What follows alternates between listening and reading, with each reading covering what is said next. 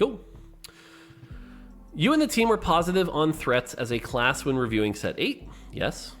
And you were praising Robot Blitzcrank in the Rankings 2 cost video. Yes. We haven't seen a lot of threat-like champs recently, especially outside of the 5 cost space. Why is that?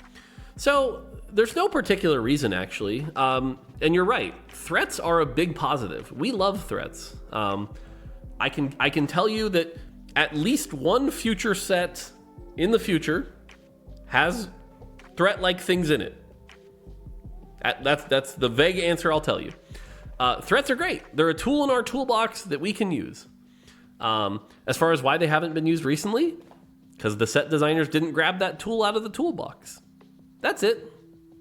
Threats are cool, though. I think I always go back to Morgana and Rammus. I think are two of some of the best units in TFT of all time. Those champions were great.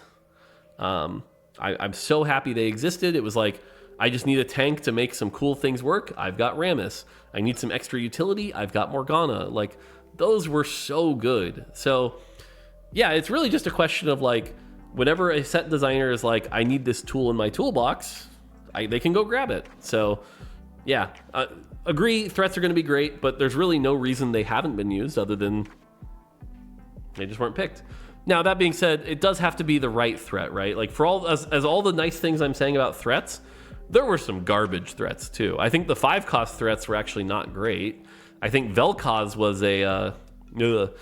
someone in chat just asked, what is a threat in this context? So for those who don't know, in set 8, we had a trait called Threat. And what it was the champion, their only trait was Threat. So they had no class, they had no origin. And they were very, like, flexible units. You could just throw them in your comp. And that was neat. So that's what threats were.